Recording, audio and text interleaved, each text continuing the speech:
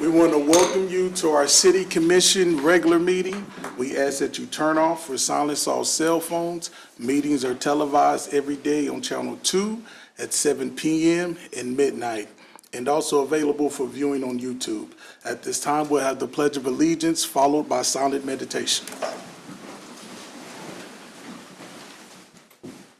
I pledge allegiance to the flag of the United States of America and to the republic for which it stands, one nation, under God, indivisible, with liberty and justice for all.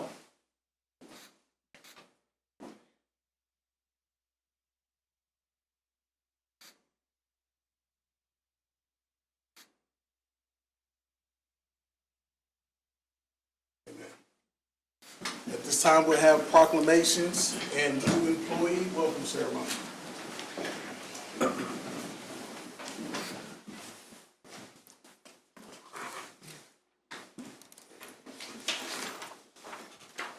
We're going to have the Veterans Day Parade proclamation at the very end. This will give Ms. Diane Smith an opportunity to speak more about the parade that's coming up.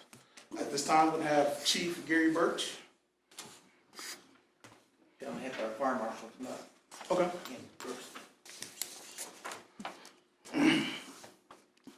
The City of Leavenworth is committed to ensuring the safety and security of all those living and visiting our city. And fire is a serious public safety concern, both locally and nationally. And homes are the location where people are at greatest risk from fire. And according to the National Fire Protection Association, home fires accounted for 2,720 deaths, 11,200 injuries in the United States in 2018. And fire departments in the United States responded to approximately 363,000 homes and fires. The 2019 Fire Prevention Week theme, Not Every Hero Wears a Cape. Plan and practice your escape, works to educate everyone about the small but important actions they can take to keep themselves and those around them safe. I, Jermaine Wilson, Mayor of the City of Leavenworth, Kansas, hereby proclaim Fire Prevention Week.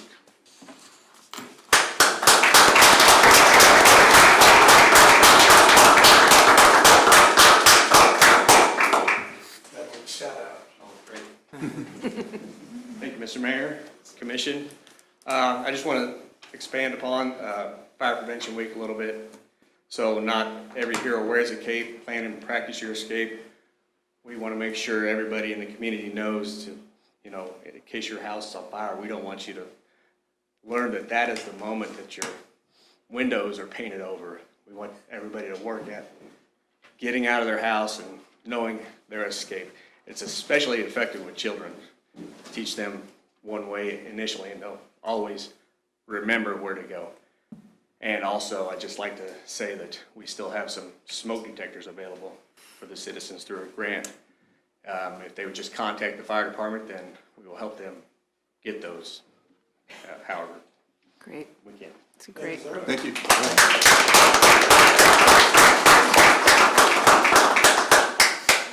Maria Minchu.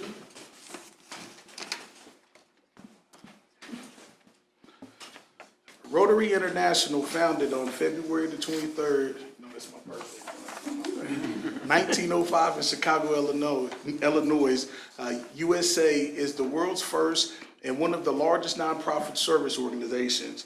And the Rotary motto, service about self, inspires members to provide humanitarian service, encourage high ethical standards, and promote goodwill and peace in the world.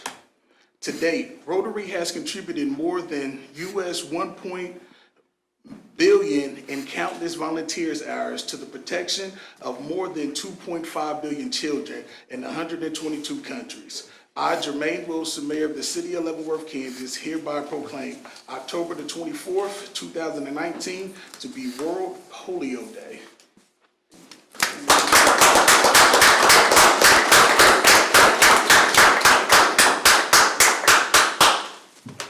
Thank you, City Commissioners and Mayor. I just wanted to say that since 1985, Rotary's key humanitarian priority has been to rid the world of polio. Rotary spearheaded the campaign at a time when there were over 1,000 polio cases a day in 125 countries, paralyzing and killing children. So over the last 30 years, Rotary has donated billions of dollars and helped in this eradication effort. Rotary has partnered with the World Health Organization, with UNICEF, the U.S. Center for Disease Control and Prevention, and most recently the Bill and Melinda Gates Foundation to help eradicate this disease. Polio is still alive in 2 countries, Pakistan and Afghanistan, and so the continued campaigning, health worker training, and vaccination programs are essential to stop the disease from returning and ensuring the world is certified polio-free. So the Rotary members in Leavenworth, of our club in Leavenworth and our Rotary district, would like to thank the City of Leavenworth in recognizing the significance of this day and for being part of the history in the effort to eradicate this disease. Together, Rotary is on the brink of ending polio now and forever. We're really this close. Thank you very much. Thank you.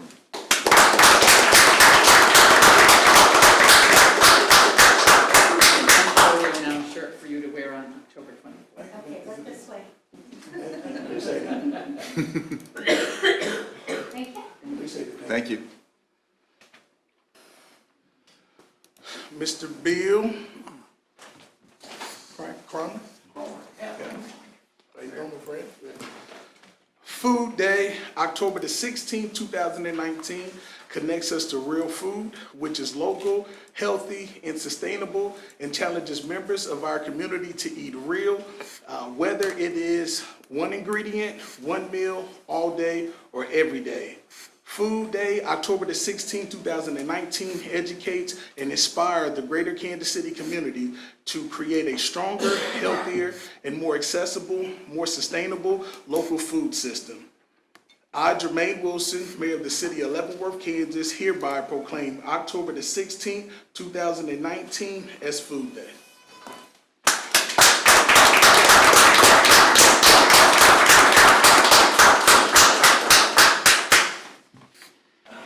Mayor, I accept this proclamation on behalf of all the food providers in the city of Leavenworth. Just to name a few: Backpack Buddies, all the various churches who provide a free meal each week, Salvation Army, Leavenworth Social Services, Catholic Social Services, Leavenworth Mission Community Store and Food Pantry, and of course the Leavenworth Farmers Market. And I'm certain there are some others that I might have missed. World Food Day is officially October the 16th. It was first observed in 1945, and today it is observed by 150 countries. Over 10% of the world's population suffers from hunger, despite the fact that plenty of food is produced to feed everyone. And over a third of all food ends up to waste, a problem particularly prevalent in wealthy Western countries. Globally, we throw out about 1.3 billion tons of food a year, or a third of all food that is grown. Now let me just lead you into a few aspects of Food Day. It's not just the food, it's how we handle and use the food. While over 800 million suffer from hunger, over 670 million adults and 120 million boys and girls ages 5 to 19 are obese, and over 40 million children under 5 are overweight. Unhealthy diets combined with sedentary lifestyles have overtaken smoking as the world's #1 cause of death and disability worldwide.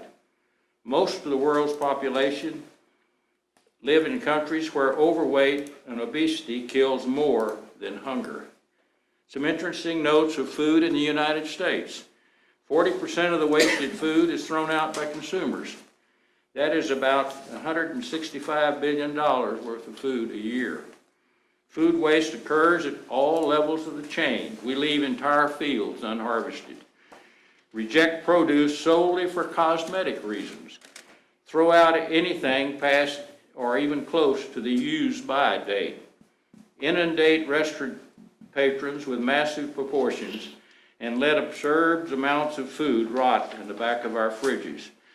Among other things, it reveals that across the food system, America throws out more than 400 pounds of food per person a year. Some good news from the Leavenworth Farmers Market and Catholic Social Services.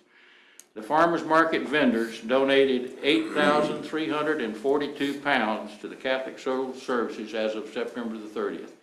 That's 4 tons and a little over. Our motto is fresh and local to you, and each vendor must produce or make everything they sell. That means any of the food you buy in the farmers market is raised within 50 miles of the city of Leavenworth. And I think that's significant because it means it's fresh. It's not kept. And when you donate 4 tons to the Catholic Social Services, that means you're not keeping that back and selling it as secondhand food. We continue to support the Double Up program for the SNAP program. That's the Old Foods Stamp program. Any patron who uses their food vision card, their SNAP card, in the Leavenworth Farmers Market during the midsummer, particularly if they use it Saturday morning and on Wednesday afternoon, they could get, for each $25, we doubled it on Saturday morning and we doubled it on Wednesday for 20. So they could get $50 more food, good food, from the Leavenworth Farmers Market. We also supported the Kansas Senior Citizen Program. Again, Mayor, we appreciate the city of Leavenworth and the commissioner's support for the farmers market. We'll be there each Saturday until the end of October. Thank you. Thanks, Bill.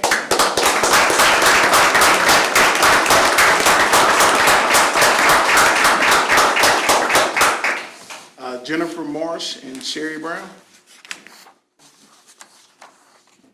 How are you doing? 1 in every 4 women will experience domestic violence during her lifetime, with approximately 15.5 million children exposed to domestic violence every year. And when a family member is abused, it can have long-term damaging effects on the victim that also leaves a mark on family, friends, and the community at large. We encourage domestic violence victims and their families to seek assistance from the Alliance Against Family Violence Hotline, 913-675-7217.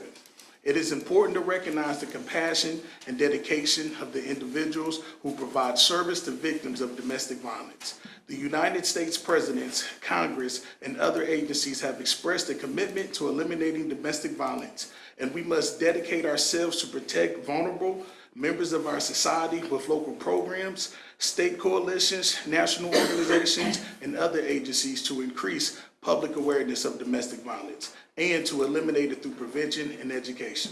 I, Jermaine Wilson, Mayor of the City of Leavenworth, Kansas, hereby proclaim the month of October 2019 as Domestic Violence Awareness Month.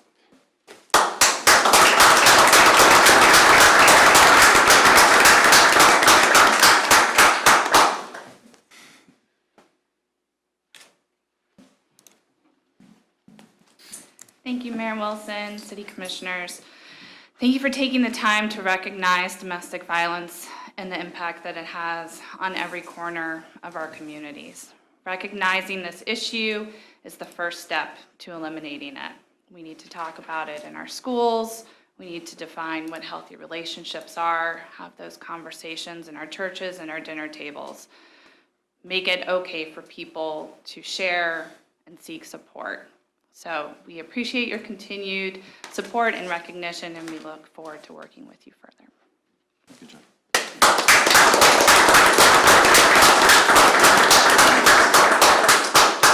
At this time is Diane Smith, a representative for the Veterans Day Parade. No? Okay.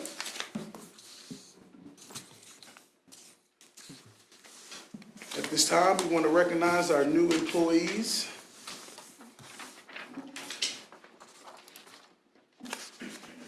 Ms. Shane Adams. Mr. Oh, Mr. Shane, I apologize. Please forgive me, sir. He's a little correct, I'm sorry. Shane was hired on May the 30th, 2019 as a police officer. We want to say welcome to the city of Leavenworth. There you go.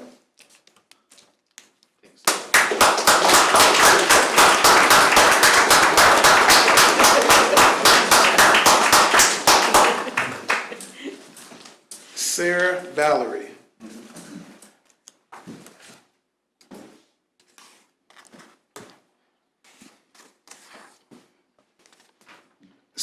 was hired on May the 30th, 2019 as a police officer. And on behalf of the city of Leavenworth, we want to say welcome.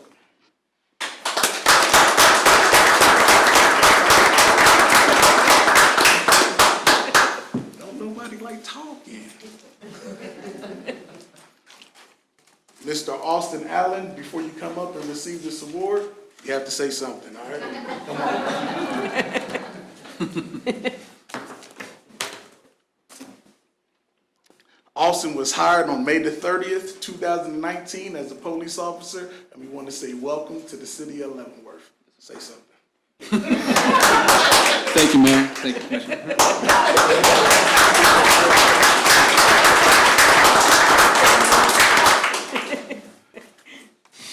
Demian Renfro. Did I say it right? Damian. Oh, Lord. Okay, sorry. Got you. Damian was hired on June the 13th, 2019 as a solid waste collector. On behalf of the city of Leavenworth, we say welcome.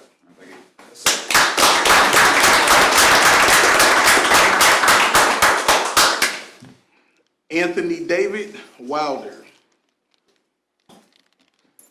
We go way back.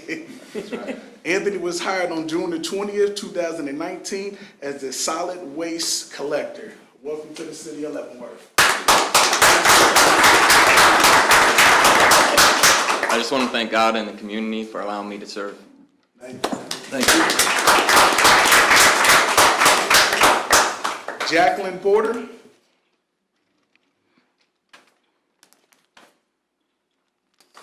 How you doing?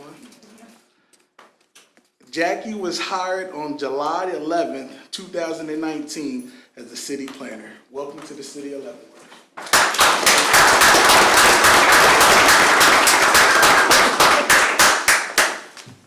Ronald Fox.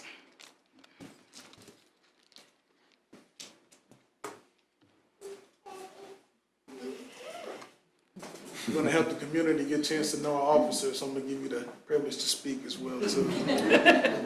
Ronald was hired on July 11, 2019 as a police officer. Welcome to the city of Leavenworth. Thank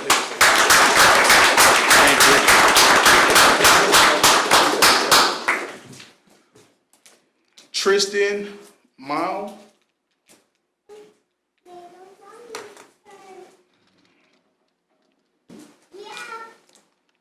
Tristan was hired on July 11, 2019 as a firefighter. On behalf of the city of Leavenworth, welcome to the city. Thank you.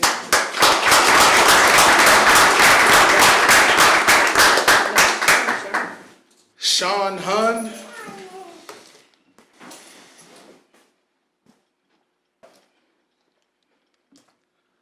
How you doing, sir? Sean was hired on August 22nd, 2019 as a police officer. On behalf of the city of Leavenworth, welcome.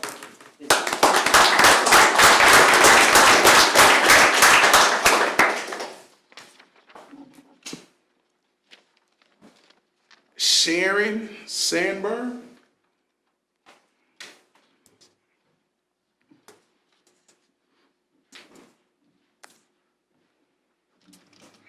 How you doing, man? Sharon was hired on September the 19th, 2019 as an administrative clerk for HR and CVB. Welcome to the city of Leavenworth.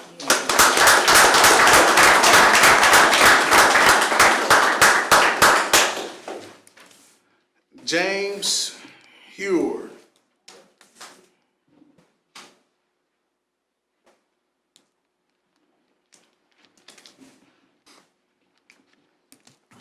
James was hired on September the 19th, 2019 as a firefighter. On behalf of the city of Leavenworth, we say welcome.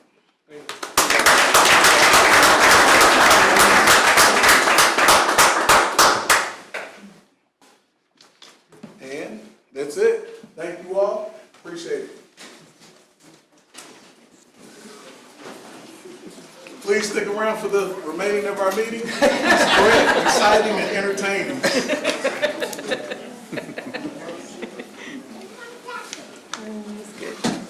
Whew. All right. Next item on the agenda, old business. There's no questions or comments? This time I entertain a motion. Mr. Mayor, I move to approve the September 24th, 2019 regular meeting. Second. Motion has been seconded. Begin voting with Commissioner Preisinger. Aye. Aye. Aye. Aye. Aye. Motion carried, 5-0. Next item on the agenda, new business. This is citizen participation. Anybody that would like to address the commission with any items, please come up. That are not on the agenda. Yeah, that are not on the agenda, we ask that you please keep comments to 3 minutes exactly. Good evening. My name is David Drake, 4622 10th Avenue. I'm here tonight to briefly ask or request the ongoing possibility, given that if you would reach a consensus, to follow through on a promise that was made about the stormwater runoff issue, as far as maybe changing some of those policies and hopefully get a little better sense of fairness in the issue. Just one quick example of where I think improvement needs to be made is I went out and visited the manager at Home Depot. He informed me that there was 110,000 square foot of roof space that they had on their facility out there, and that the overall cost or their fee was $3,100. Now, part of my main reason of concern, of course, is the business community, the small business community, as well as all of the churches in town. They were somehow grouped in with the commercial category. And so one glaring example was St. Joseph's and Immaculate Conception Church. They are combined parishes because of the obvious dwindling congregation. Anyhow, their fee was $3,100. So I don't know how you could possibly say that's a fair amount of money compared to a large corporate entity like Home Depot. So I would like to know if there would be consensus tonight in order to get this subject placed on a future, probably the best would be the study session, because you got to know what we're talking about. We have to put our heads together to get this system fixed. I know there's a lot of folks that I've talked to in the business community who are as concerned as me, but they throw up their hands, they say, well, what good's it going to do? Well, unless you try to get you folks to go along with some changes, along with the city staff's recommendations, I think we can get somewhere with it. But we're not the enemy here. We're trying to perfect the system. You rolled it out the first year. We need to see where we are with the funds that were generated, and then maybe make it a little better, a little fairer. I don't think that we should keep this, whatever system's in place as it is, because it's just not a workable deal with the small business community. And you have a lot of that in the city of Leavenworth, so. Yes, sir. Thank you. Thank you for your time. Any questions? Nope. Thank you. Thank you, Mr. Drake. We discussed this stormwater management program and the fee structure, I think 2 times last April. We had 1 meeting in May, so a total of 3 times. At the time, I did come on board and say that I thought that it was time in the not too distant future to go ahead and take a look at the overall fee structure from the standpoint of fairness and other things, just from the standpoint of hearing things from Mr. Drake, but other people in the community, that there's maybe not as good of understanding of what we've come up with. But I do think, and we thought we had come to some consensus to look at this overall fee structure more comprehensively back at least one of those meetings in April or May. So here we are 5 or 6 months later.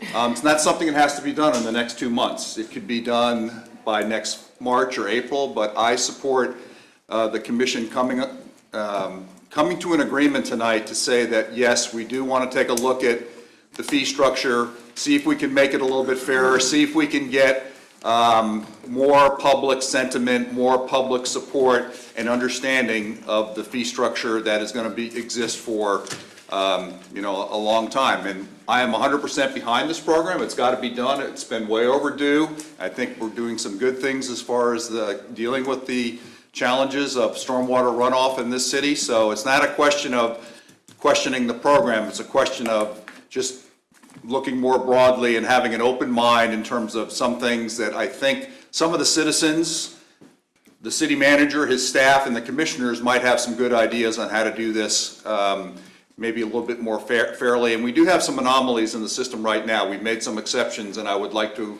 minimize those going forward. So that's where I stand. All right. Commissioner Ballard? No, no. No, not now. I don't have anything. Okay. Yep. Commissioner Priceinger? Nothing at this time. All right. So there's no consensus to move forward in taking a look at, We aren't voting on that. I mean, we're not, Well, that's not what we're discussing No, tonight. we're having a consensus if we're gonna relook at it or not. That's why I was asking. Can we do that during a meeting, a consensus to take a look You at just bring something? I thought we discussed this before, that We- we were gonna do this. We are gonna look at it. When are we did gonna, that discuss was, it. we said that 5 or 6 months ago. I'd like Right. to put, so when will this take place? When are we gonna do So, that? Mr. The next 2 months We're or getting next through year? with the year, right?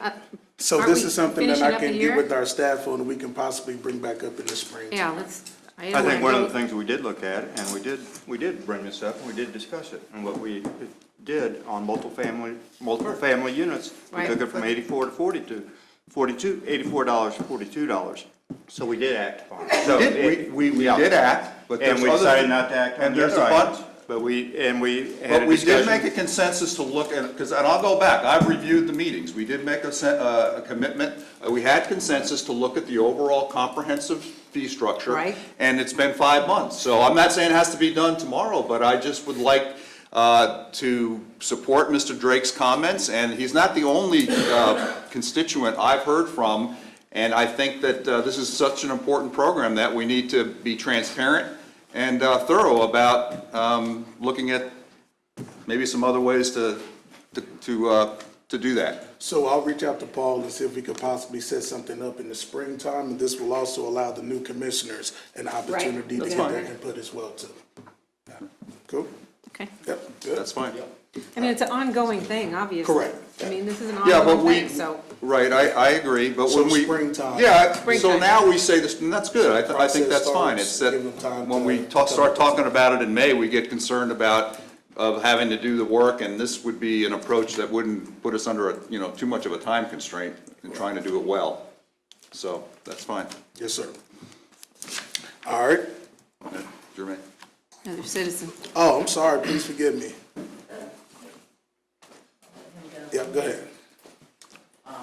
My name is Kevin Albee with A&K Rentals, and the only reason I'm wanting to speak right now is just to emphasize, he's not the only person in the room. Correct. There's a lot of people. We know, we have heard from a lot of people. I have a lot of rental property where taxes is $180 a year, and then you raise $84.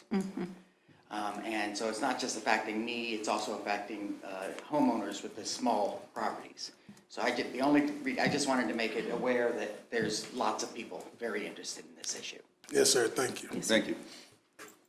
Good evening. My name is Crystal Elliott. I live at 303 Arch Street. And I'd like to thank you all for holding that study session on beekeeping in high residential urban areas.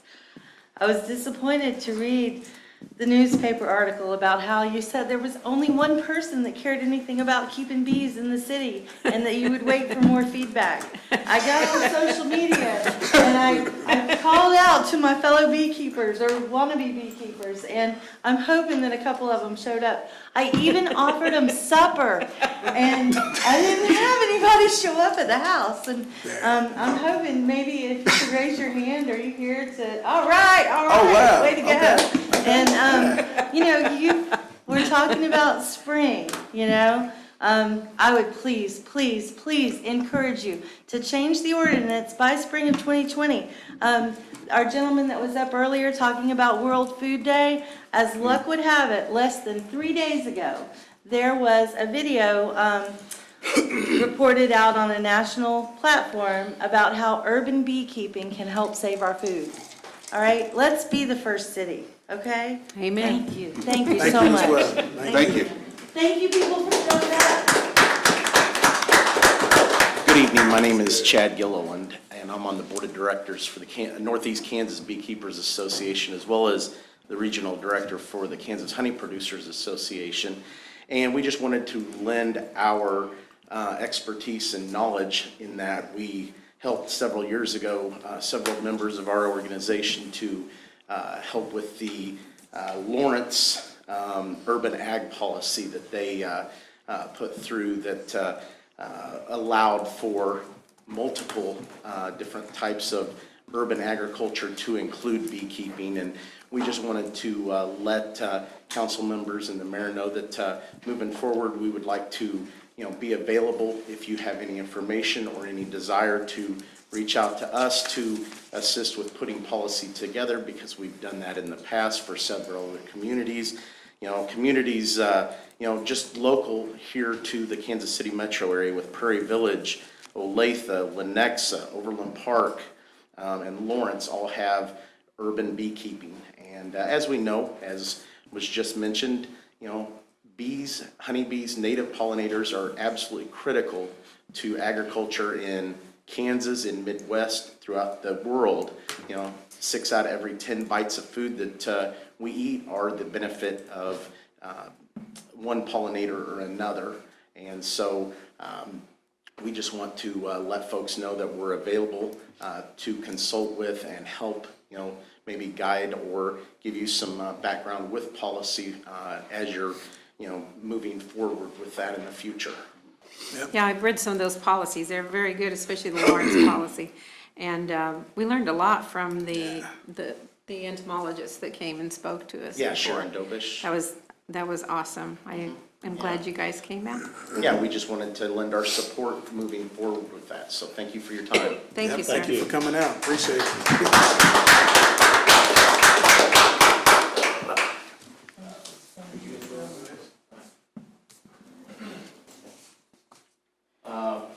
Mr. and Mrs. Abe Jacobs, go along with the bee situation.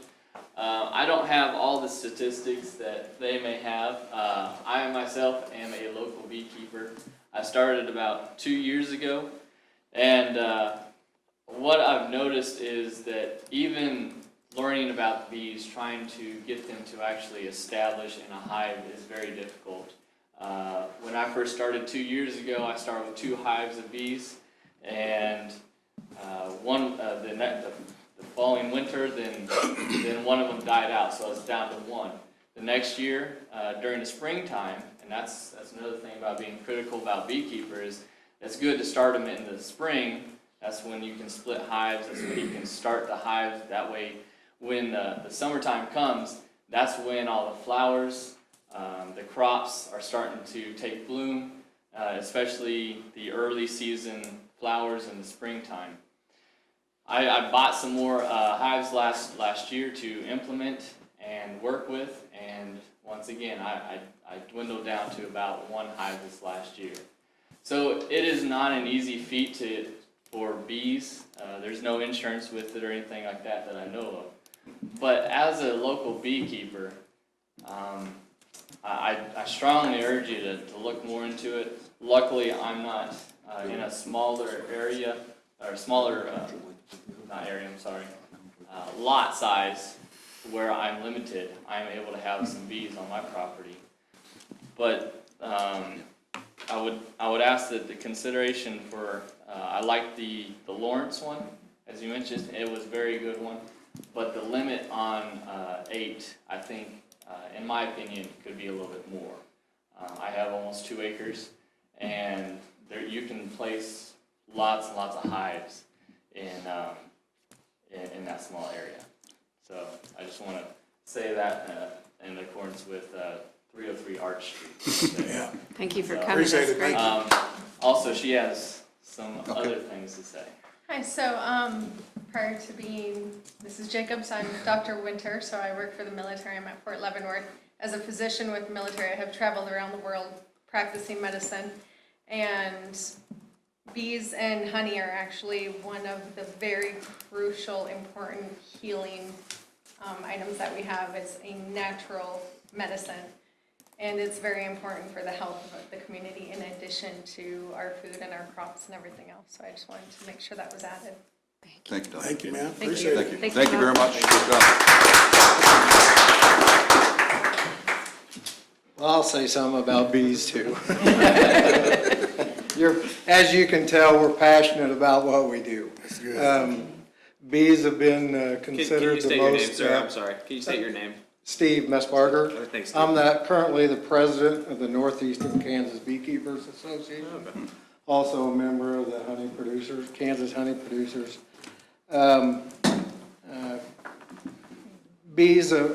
Honeybees have been, was considered the world's most beneficial insect.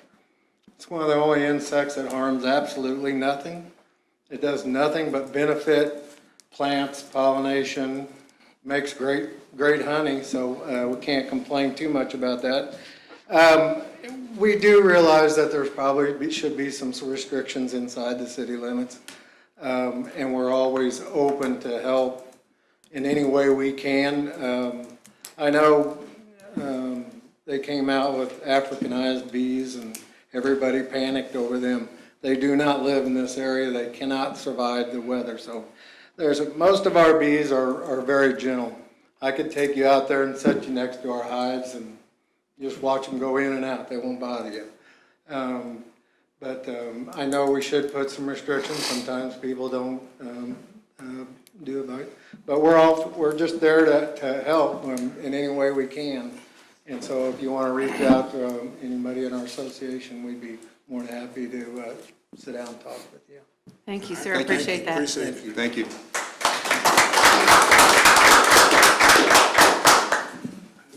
Anybody else? No? Okay. So do we have a consensus to put this item on the agenda? Possibly set an ordinance? I'd like to address it in the spring. How about we do that and bring it up to a vote? I mean, all you need is 3 to put it on. What were you looking time-wise? Okay. No, what were you We looking should at? be So before the end of this year?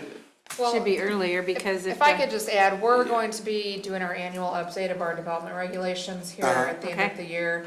And that's when we make changes to our regulations, which is where this would be housed. And so I would suggest that based on the research that staff had done for the study session a few weeks ago, we would just draft up some language to be included in that overall set of revisions that will come to this body probably in January and could be part of that update. All right. I would like to get the input of the beekeepers when we do that too, if we could, to look at that. Definitely, thank you. Beekeeper? Oh, yes, sir, go ahead. My name's Scott Elliott. I live at 303 Arch Street. I'm married to Crystal Elliott. I just wanted to emphasize, in fact, y'all pretty much stole my thunder on that. These regulation changes need to happen certainly by February. Because people are making the purchase of a beehive can cost anywhere from $50 to $150, $200 for a setup. And people need to be aware that of the regulatory changes. And so they can begin making preparations in the spring because it's a lot of work and it's a lot of money for people to invest in something. And I'm diabetic. I don't even eat honey, most sugar products. I do it mainly because it truly is an environmental concern. Everybody has to take a step, and I think it's time for Leavenworth to get in line with Lawrence and the other communities on this. It's a small issue, but it's a good first step towards being environmentally conscious, and it's something that can be done locally. So thank you. Yeah, thank you as well. Appreciate it. All right, so we have consensus? Yeah, good to go? All right, good. Thank you all for coming out. Appreciate it. Next item on the agenda, mayor's appointment.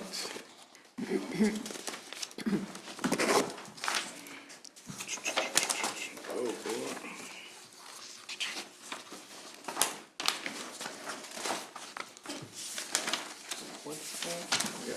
Got it? Got it.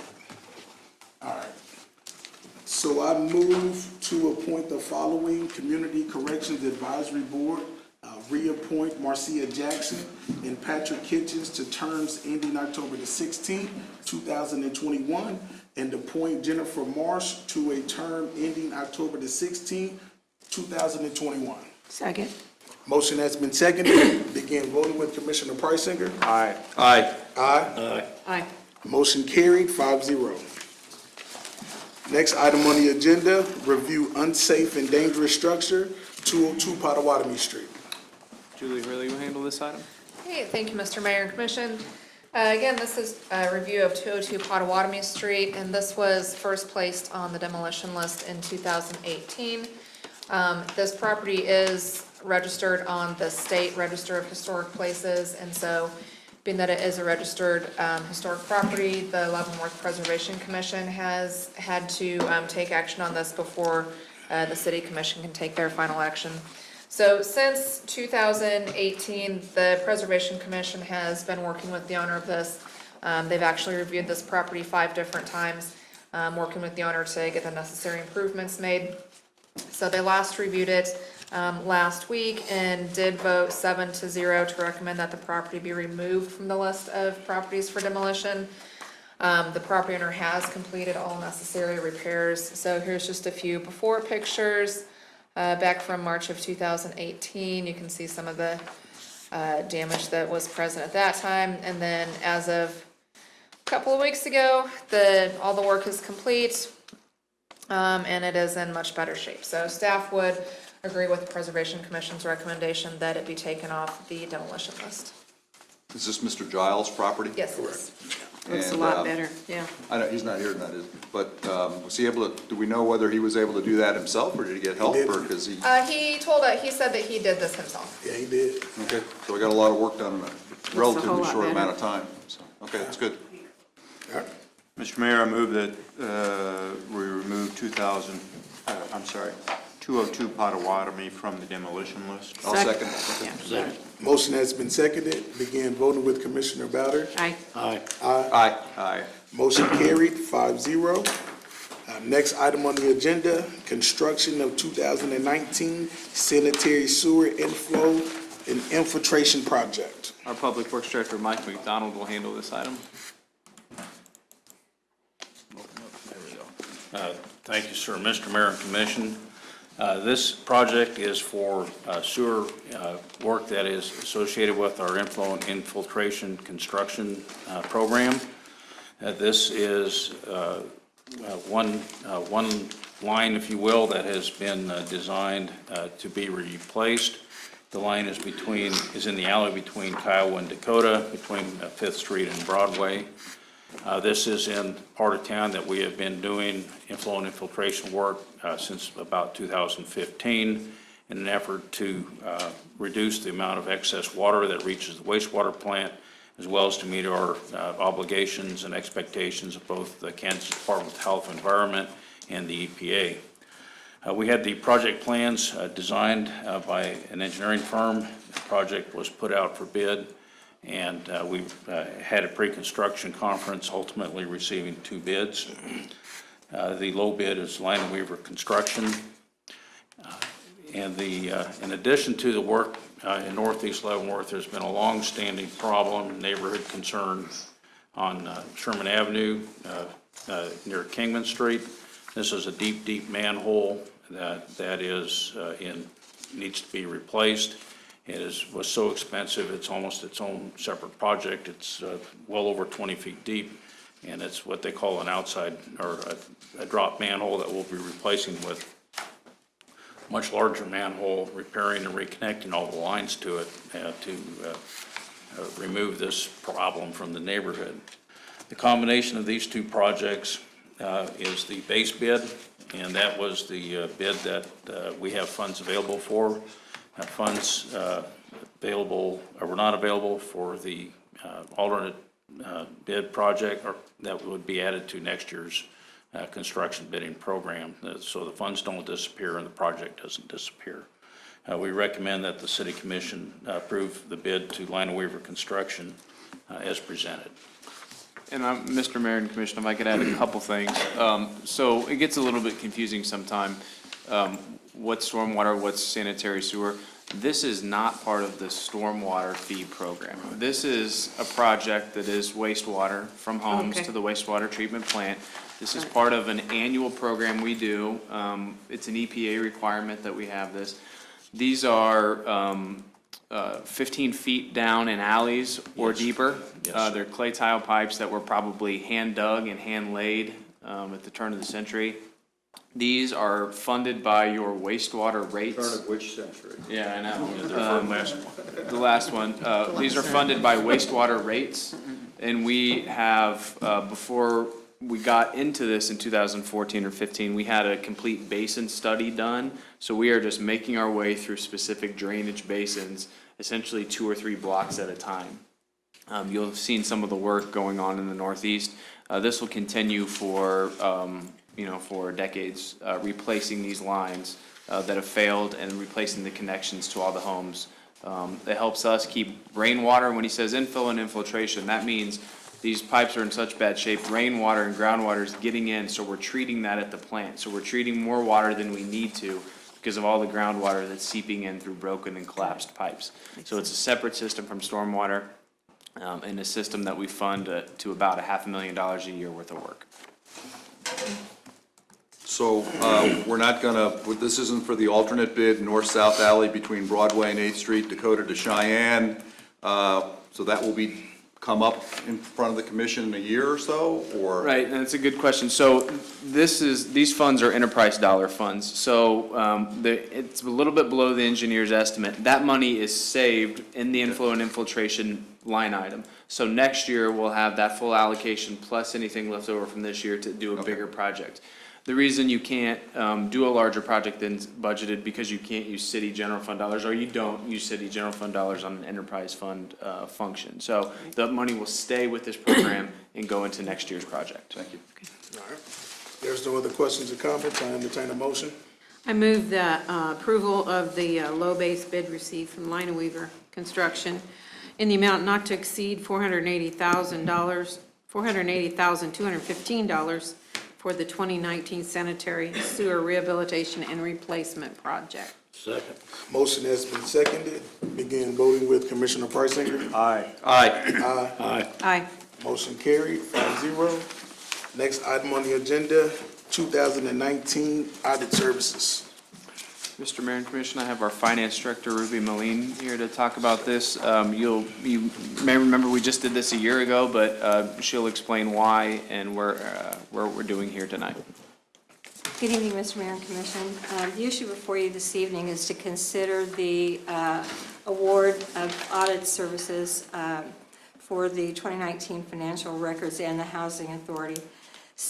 In 2018, we did an RFP for bid services, and the contract at that point in time was awarded to Meishauser and Company.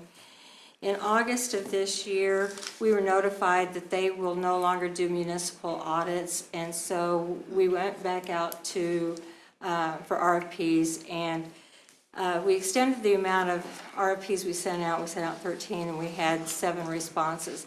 And based on the review of the responses, we have selected a company that we feel will meet the requirements that we have. The criteria that we use to determine who to offer the audit to is based on technical qualifications, expertise and experience in governmental audits, and in particular municipal audits, the audit approach, and of course price. So with technical qualifications, we look at governmental auditing, peer reviews from other auditors, quality control measures, whether or not they have expertise in employee plan benefits, and then government audit control measures. We also look at whether or not they have expertise in preparing a CAFR, because we do a comprehensive annual financial report every year rather than just a regular audit. And then we look at housing audits, employee benefits audits, and the years of experience that they've had in this area. So based on the results of the RFPs, we have selected Cochran Head and Dick and Company. They have had several years, over 66 years of experience between the partners in performing governmental audits. They have audited the cities of Olathe, Lenexa, Merriam, Shawnee, Fairway, Leawood. They've also audited Johnson County, the Unified Government of Wyandotte County. They currently audit the Leavenworth County Fire Department, and one of the partners used to live in Leavenworth, and so we felt like that would give them a little more experience and everything with our entity. So based on that, the staff would like to recommend that we award the audit for the 2019 financial statements in the Leavenworth Housing Authority to Cochran, Head, and Vic. Do you have any questions? No? My only question is, not that you had to, did any of these firms come in and present, or did you just base your evaluation off their written proposals? We based the evaluation off of written proposals. At that time, we had 2 finalists. Okay. So we conducted telephone interviews from partners of both of the firms. And when we conducted the telephone interviews, we had Mr. Tooley from the Housing Authority come and participate since he's the program manager of that. And then we also had Karen Parker, who is our senior accountant, and she does our side of the single audit information. And they sat in on the interviews at that point in time too, so. Sounds good. What you want us to approve is obviously this company, Cochran Head Vic and Company, Yes. for 1 year with 4 options to renew. And those will be your options, not our options. I mean, yeah. Yes. So I don't want to say we're giving a 5-year contract, but they'll probably have it for 5 years unless you are very disappointed in their services. Is that Yes. correct? Yes. That's what we would hope, yeah. Yeah. Yes. Okay. And we did have Berberich trainer for many years, but Yes. it's very common in municipal governments that after a while you need to change. Nothing against them, they didn't do anything wrong, but you need a new fresh set of eyes with taxpayers' money. Okay, thank you. Good. All right, there's no Sounds other good. comments, I entertain a motion. I move that we award the contract for the audit services for the 2019 Comprehensive Annual Financial Report to Cochran, Head, Vic and Company in the amount not to exceed $35,850, which I think sounds really reasonable. Second. All right, motion has been seconded. Begin voting with Commissioner Preisinger. Aye. Aye. Aye. Aye. Aye. Motion carried, 5-0. Thank you. Thank you as well. Thank you. Next item on the agenda, replacement police vehicles, a total of 4. Mr. Mayor and Commission, the Police Department is before the governing body this evening asking for your authority to approve the purchase of 4 2020 Dodge Charger Police Patrol sedans from Landmark Dodge in the amount of $123,155. Mr. Mayor and Commission, I will tell you that we are in a particularly different situation than normal. We would not normally come and ask for authority to buy police cars until sometime in the month of February or March of next year. I think I've talked a little bit about this in budget preparation and meetings before, but there are substantive changes coming to police fleets across the United States. We've been paying particular attention.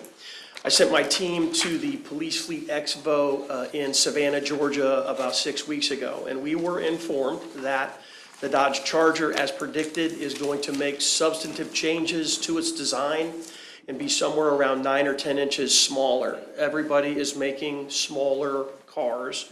That is a very complex and difficult issue for us to deal with. We simply don't have any more room to give in terms of all of the equipment and stuff that we have inside the police car. So what they said is if you as an agency want to consider getting Dodge Chargers in 2020, you have to order them in October of this year, because they're going to only make they're going to make 1 production line, and then after that they're out, and when they run out they're not going to make any more, very likely, until the new design comes out. And so we proceeded with the process now with the specs and putting the bids out to the normal folks that we deal with. And we got back one bid from Landmark Dodge that meets our specifications in the amount of $123,155. So again, I know it's out of the norm, it's not routine for us to be here, but that explains why we're here. We have both Ford Explorers in our fleet, a small number of them, about 5 of them, and then the rest of them are Dodge Chargers. So this would be, as usual, we would recycle some of the police equipment that we have and put them in the new cars. What would then happen was we have a lot of work to do between now and May or June about budget time to identify how we're going to proceed in replacing the Dodge Chargers as a vehicle that would be available to us. Our options are getting smaller and smaller. We would take the opportunity between now and then to really spend some time coming up with a solution to that problem. And so that's why we're here early. That's sort of the explanation. But everything else is fairly routine. We put it out to the normal bid, to the normal companies, both regional and locally, and we got the one bid from Dodge Charger. The amount is $123,155. In the budget for 2020, we would order them now, but they would not be here until next year, and we would not pay till next year. We were allocated in the CIP $190,000 total for the purchase of police cars, and then what's left over is dedicated to police equipment like new computers and cameras that go in the car and that sort of thing, which is a separate purchase. And if it requires me to come back, I would come back before the commission. So that's where we are this evening. So again, I would ask you to approve the purchase of 4 2020 Dodge Charger 4-door sedans from Landmark Dodge at a total price of $123,155, which allows us to order them. But again, we would not pay for them until next year when they arrive at some point in the spring. Question, Chief. Yes, sir. So what are the benefits from going from a bigger car to a smaller car? And the equipment, you're getting more equipment. I suspect that there's a lot of discussion about things like fuel economy and from going from a V8 engine to a V6 engine, which still drives the same speed but doesn't quite use as much fuel. I think that's probably the basis for a lot of these changes going forward. There's a lot of discussion about hybrid vehicles for police cars now. Those are probably too high. Those are probably going to price us out of the market right now. They're a little bit more expensive. But I think that's really what it's all about, is they can make a smaller car that still drives as fast and would meet our needs in terms of police vehicles with a smaller engine, with turbo and that sort of thing. But please keep in mind, I'm not a car person, so if you ask me too much, we might be a little bit out of my element. Well, I just know you all have been increasing in your equipment, and yeah, I just don't get it. Yeah. I mean, okay. We're gonna have to have a very frank conversation about whether or not it's time to have SUVs as the model. What I was wondering too, since they are larger. Right. A lot of law enforcement agencies, I think Shawnee Police Department, Lawrence Police Department, and maybe Olathe have done that. They've sort of transitioned out of the car into the SUV, and we just may be faced with that. It looked like they would be easier to get into and out of. Right.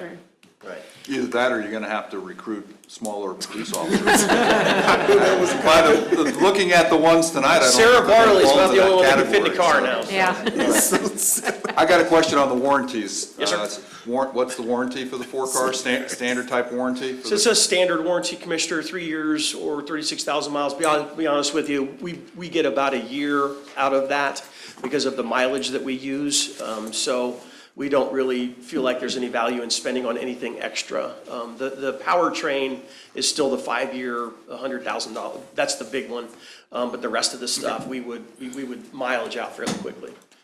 Chief, a couple questions. Paying $30,000 each for the car, approximately $30,690. What would a SUV cost approximately? I know without bidding, if you had to guess. About $5,000 more. 35, 36,000. Yeah, I think it's about $5,000 more, but the bid prices are generally better for government entities than if you were to go to if you went to Zech Ford, you would pay X.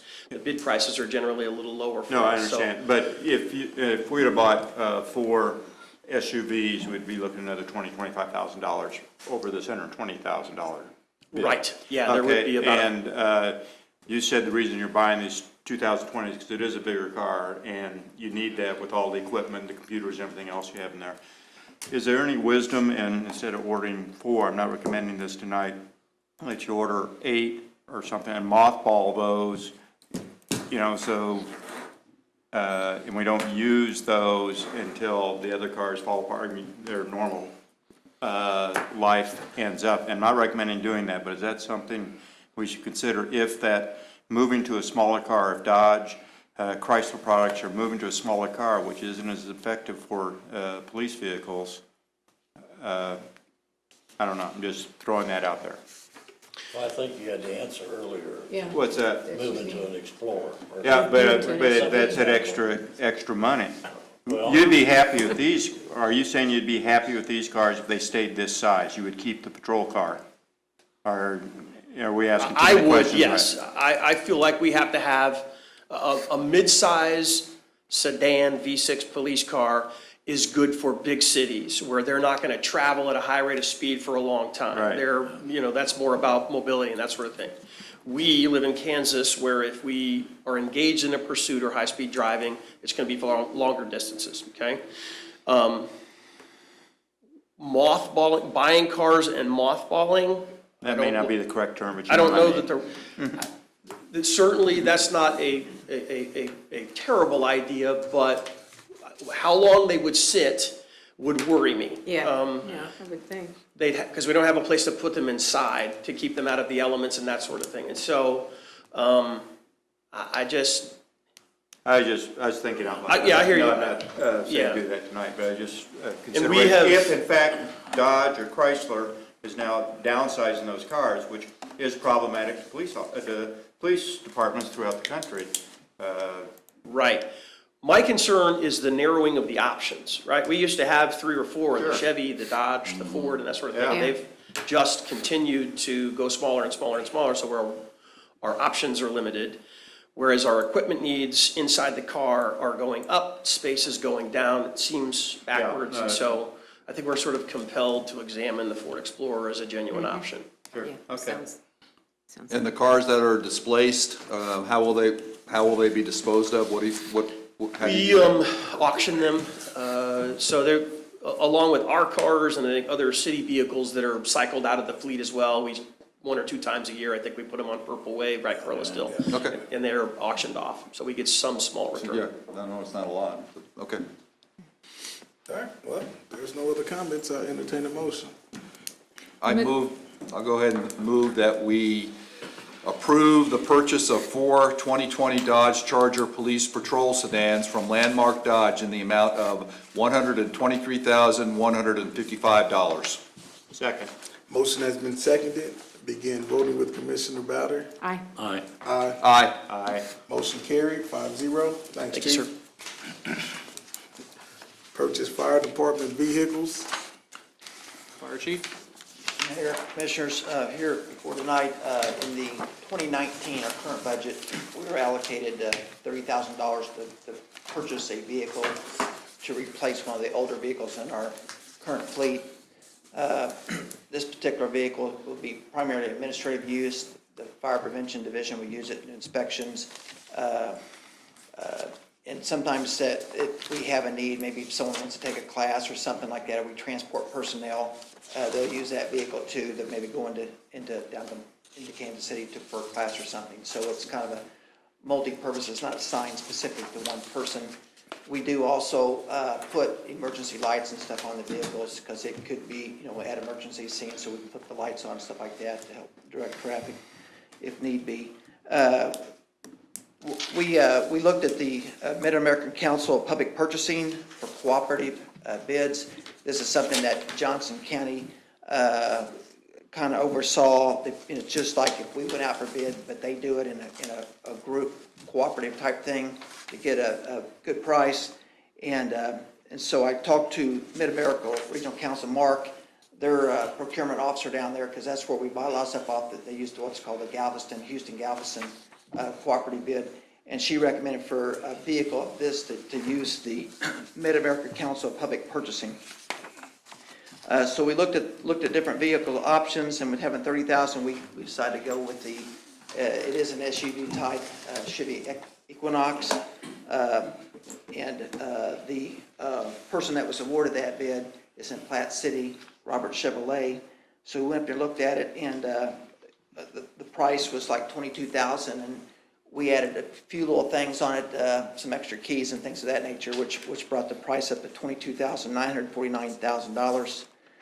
So we're before you tonight. It also has the 3-year, 36,000 miles warranty, and then the 5-year with the powertrain on it.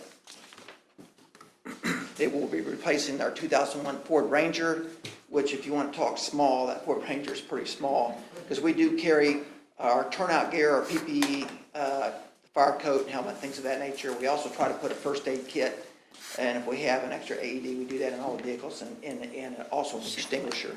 So we do carry equipment in our stuff also. Anyway, that's what we're requesting tonight.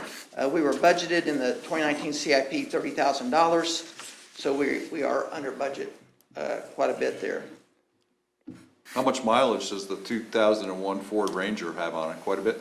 It actually has, I think, just under, that's my check, under 90,000, but it's got some issues. Yeah, well, it's old, so. Yeah. Yeah, it's got some issues. I mean, it smells like something's burning Right, all the no time. problem. I just, Well, that's your business, that's your business.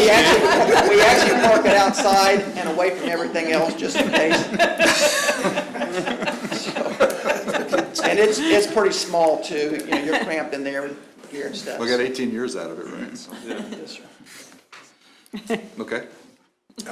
Mr. Mayor, I move that we approve the bid for the 2020 Chevy Equinox, award the bid to Robert Chevrolet in Platte City in the amount of, what is this, $22,949. I'll second it. Motion has been seconded. Begin voting with Commissioner Bowder. Aye. Aye. Aye. Aye. Motion carried, 5-0. Next item on the Thank you, agenda. Thanks, Chief. Thank you, sir.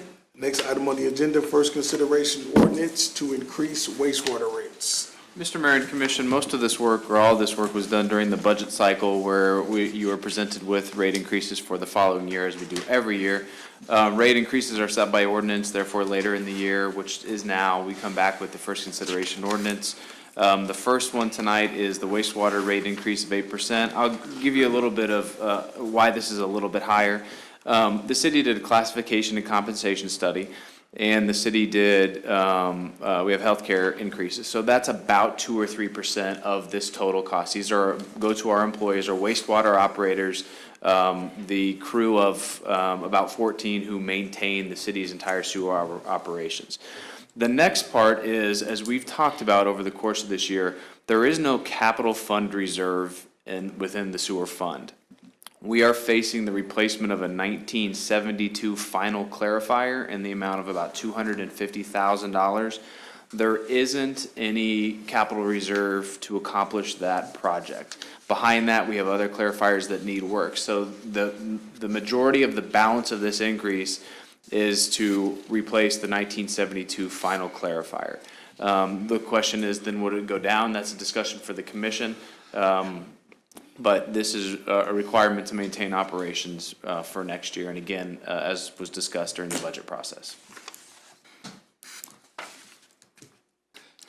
I think it's absolutely necessary, and we did agree and a vote on this as part of the budget process, and I understand the city manager's explanation. I would just say that next year when we have the budget process, to do 8% every year, I think that's a little bit onerous, but that's all I'm saying. I mean, we approved it, I'm supportive of it. I just say going forward that maybe there's some things that we could do to reduce that annual rate increase for wastewater.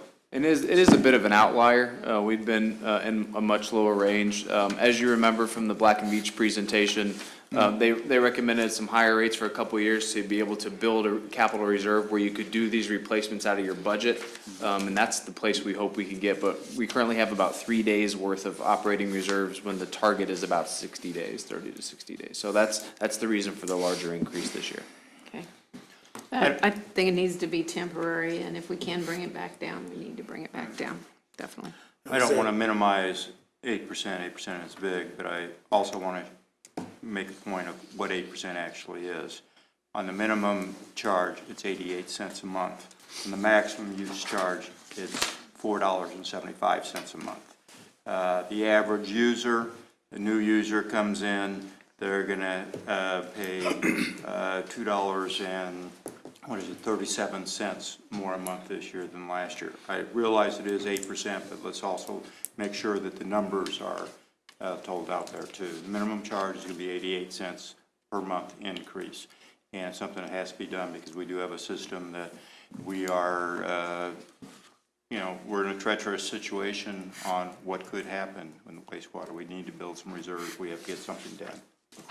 But I just want to make sure that everyone understands that the rates, yes, they are 8%, but the pure value of the... Right, the new user rate is 7 units. The most common residential use is 5 units. So at that point, you're looking a little less than $2, about $1.70 or so. Per month, right? Per month. Yes, sir. $1.88 for the average user. Yep. And this is just strictly for this year, correct? Right, yeah, every single year during the budget process, we bring wastewater rate back to the commission. This is for 2020. This would be, it actually takes effect December 1. Correct. All right. There's no other comments. I entertain a motion. No motion. Consensus. I mean consensus, I'm sorry. Yep. Yes. Yep. Move forward? Yes. All right. Yes. Next item on the agenda, first consideration ordinance to increase refuse rates. Mr. Mayor and Commission, this is the same philosophy behind, or the same process behind the previous item, refuse rate increases. Again, this is an enterprise fund. As part of the compensation and classification studies, there were salary increases for our solid waste collectors and the apparatus that does all of our solid waste collection. So again, with health insurance and those wage increases, that's about half. The other half, you're looking at utilities, tipping fees, commodities. I mentioned during the budget cycle that we went to a higher quality tire, so that's a little bit of an upfront cost, but with the longevity savings. Again, this does not set 6% going forward. This simply is what we're looking at for next year. And this is a standard rate as opposed to usage, so the total increase is $1.09. Per month for a residential user for the service that refuse provides. How many trucks do we have? 5. 5. And so those tires would be, over the course of 2020, would all the tires be replaced on those 5, or is it just for some increment of? Well, I think they replace them when they need to, and I would expect that they've replaced some of them already this year. We'll get all of them upgraded to that. Okay. Has the meeting that I think the mayor agreed to with the county I mean, ever with taken Doug. effect? Doug this Thursday. That's 2 months. 2 months. That's been 2 months since I brought that up. No, sir, I don't think it's been 2 months. I'm meeting with Doug. Well, I'll meet with him this Thursday. Is that on the tipping? on the tipping fees, trying to get back to level. At the transfer station? Well, I know we've had discussions about it, and I know that it was brought up about sending a letter as well. I don't know. Yeah, and we've been in contact. I've been in contact with another county commissioner who is wanting to have that meeting too. Okay, So. all right. And so I'm meeting with them this upcoming Thursday, so. Do we have a consensus? Yes. Yes, all right. Next item on the agenda. First consideration, ordinance to adopt and enact a new code of ordinance for the city of Leavenworth. City Clerk Kyle Williamson will handle this. Mayor and Commissioner, this is to place on first consideration an ordinance to adopt and enact the new city code for the city of Leavenworth. It will incorporate all ordinances passed and approved by the City Commission as of August 27th, 2019, and additional changes that were made as we reviewed the ordinance book, suggestions that were made by the editor. The legal review was done of our current ordinance and suggestions how to just kind of clean up the language and remove some repetition and just bring it in line with current state and federal regulations. So we did receive the books last week. I was very excited. I think I was the only one. But anyway. The only one. Here it is. This is on first consideration, and then after it's approved, then our code provider, MuniCode, will put that onto our website, and that will be our new official code. As we talked about during the codification process, We did make note of certain sections that still need a further in-depth review by the commission. I do have that list, and we'll go over those and bring those to the commission over the course of the next year. All right, we have a consensus? Yes. Yes. Next item on the agenda, Commissioner Batter, consent agenda. Okay, after review of the claims, I would like to move that approval of the claims for September 21, 2019 through October 4, 2019 in the amount of $1,531,509.29. Net amount for payroll number 20, effective September 27, 2019 in the amount of $336,169.66. This includes police and fire pension in the amount of $11,572.36. Second. Motion has been seconded. We're voting with Commissioner Preisinger. Aye. Aye. Aye. Aye. All right, motion carried, 5-0. If there's any other discussions amongst the commissioners, start with. I'd just like to say as a public announcement that tomorrow night in here, there will be a forum sponsored by the Chamber of Commerce for the city commission, the 7 city commission candidates that will be running. So it starts at 6 o'clock. If you're interested, please come out. Commissioner Daly. Really nothing. I'm surprised that we didn't have any commission candidates here tonight in some of the past meetings. Chris Murphy's here. There's a couple here. Chris, I couldn't see you. Chris has been pretty regular. And There's been. she's running to Ms. Hamilton. Ms. Hamilton, okay. Thanks for coming. Don't know your face. I apologize for that. Commissioner Griswold? No. Commissioner Preisinger? I just want to announce the Alliance Against Family Violence, which I think many of you know was closed down for a period of 1.5 years, 2 years, and was stood back up earlier this year. They're having their annual dinner social October 26th in, what's the name of the hall? Gideon? Gideon, I think. Gideon Hall. Saturday night, October 26th. This is their primary fundraiser for the year. Great event. Social hour starts at 6, dinner at 7. It's not going to be a late night. It's not like dinner and dance. I think it's $50 a ticket. And encourage people to attend because the Alliance obviously is well respected, well needed. We had a couple members here tonight, Sherry Brown and Jennifer Marsh. If you need tickets, you can contact Sherry Brown, Kansas Country Store. You can also contact me. My wife happens to be a board member. So if anybody interested, please let us know. Thank you. Just a couple quick notes. I think some members of the community noticed that city staff removed the gazebo from off Delaware Street today. That was related to the safety and the failing condition of that gazebo. We looked at repairing it. We looked at sort of rebuilding it. It's over 30 years old. It was falling apart. At some point, if the commission would like to talk about replacement or something like that, we can do that. But it was just beyond its useful life, so that's why we removed that. Doherty Park basketball courts are just about complete. Work with the mayor and stay tuned for public for some sort of ribbon cutting or a welcome event. As you saw the different colors of the layers, it's a 6-layer system, so at one point it looked like artificial turf was on there, but they've continued to put layers. And the reason for the layer system is, again, the movement of the ground out there. This is to hope that we don't get those cracks like we had for all those years. Hope that helps. That would be good. A lot of sidewalk work. A lot of the public, I think, thought Hallmark was doing a big sidewalk project. That was a city project. That's a continuation of our trail, 20th Street Trail. Once the county starts on Eisenhower, that trail will continue along the new section of Eisenhower. So we've completed that. Lansing has agreed to have Quick Trip continue the trail all the way to 4th Street and then up. So that's connecting sidewalks, connecting walkability for our residents is why that went in.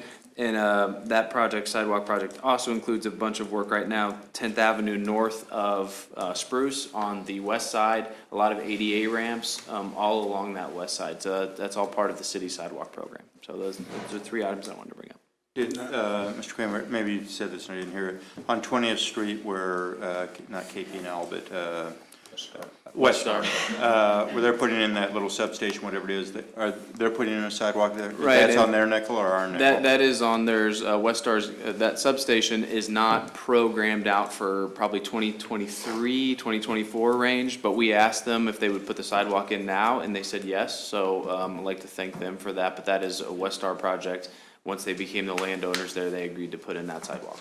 And they're working on it right now, looks good. Yep. And 10th Avenue looks good.